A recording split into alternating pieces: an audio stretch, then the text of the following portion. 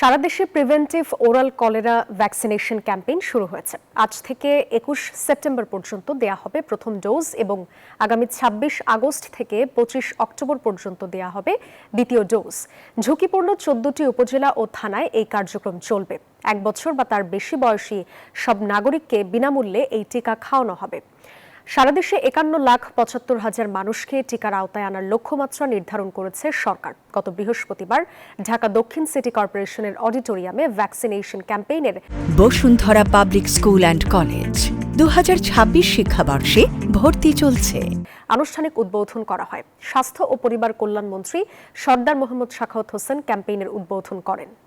টিকা কার্যক্রমের বিস্তারিত জানাতে নারায়ণগঞ্জ থেকে যুক্ত হচ্ছেন সহকর্মী শরীফ সুমন। চাবু তার কাছে। শরীফ, টিকাদান কর্মসূচি কেমন চলছে জানাবেন।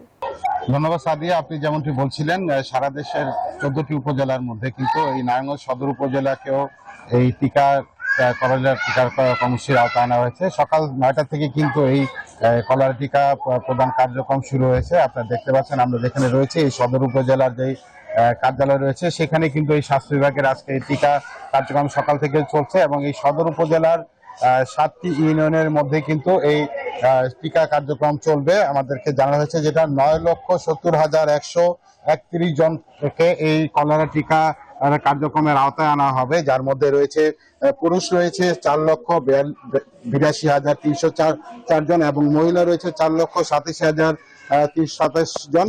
১ বছর বয়স থেকে আমৃত্যু যারা জীবিত রয়েছেন তাদের প্রত্যেককে এই কলেরা টিকার কার্যক্রমে আওতানো হবে। শুধুমাত্র গর্ভবতী নারীরা বাদে বাকিরা কিন্তু এই কলেরা টিকার কার্যক্রমের আওতা হবে।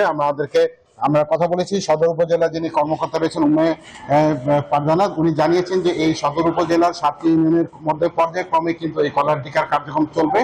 প্রতিটি ইউনিয়নেই এক এক দিন এক এক সময় তারা এই কলেরা টিকা কার্যক্রম করবে। ইতিমধ্যে কিন্তু সদর উপজেলা বিভিন্ন স্থানেই মাইকিং করা হয়েছে এবং তারা বিভিন্ন মসজিদ এবং বিভিন্ন যে স্থানীয় পর্যায়ে তারা বিভিন্ন যারা মাধ্যম রয়েছে সেখানে কিন্তু তারা এই প্রচারণা কার্যক্রম তারা চালাচ্ছেন বলে আমাদেরকে জানিয়েছেন এবং যেই এই কলেরা টিকা যারা নেবেন তাদেরকে কিন্তু বিশেষ করে অনলাইনে সার্ভারের মাধ্যমে কিন্তু তারা অনলাইনে রেজিস্ট্রেশনের আওতায় আসতে হয়। তবে সার্ভারের কিছু জটিলতার কারণে কিন্তু এই কেউ যাতে ফেরত না যায় সেই জন্য কিন্তু তারা যারা আসছেন তাদেরকে কিন্তু তারা ফেরত দিচ্ছেন না এবং তাদের নাম ঠিকানা লিখে একটা কার্ডের মাধ্যমে কিন্তু তারা চেষ্টা করছেন যাতে যারা আসছেন কলেরা টিকা দিতে তারা যাতে কলেরা টিকা নিয়ে যেতে পারেন সেই জন্য কিন্তু তারা বিকল্প ব্যবস্থা রেখেছেন। নারায়ণগঞ্জের সদর উপজেলা থেকে আমার কাছে ছিল এই সর্বশেষ। ফিরে যাচ্ছি স্টুডিওতে সাদিয়ার কাছে। শরীফ, ধন্যবাদ আপনাকে।